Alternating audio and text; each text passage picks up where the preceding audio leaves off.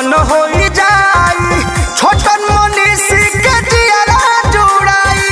दिल से परीक्षा तो मांगो तनी भिक्षा, परमत के मन बाकी सगरो लगाई। सुन हमारा लाई है नु धाम बाटे हो, पूजा कइल सुबह शाम बाटे हो। सोनू अभिषेक तो गुलाल बाड़े घसहता, बिट्टू प्रेमी तो गुलाल बाड़े घसते। करी हाथ जोड़ी दुनु मुड़ी के नमस्ते, करी हाथ जोड़ी दुनु मुड़ी के नमस्ते।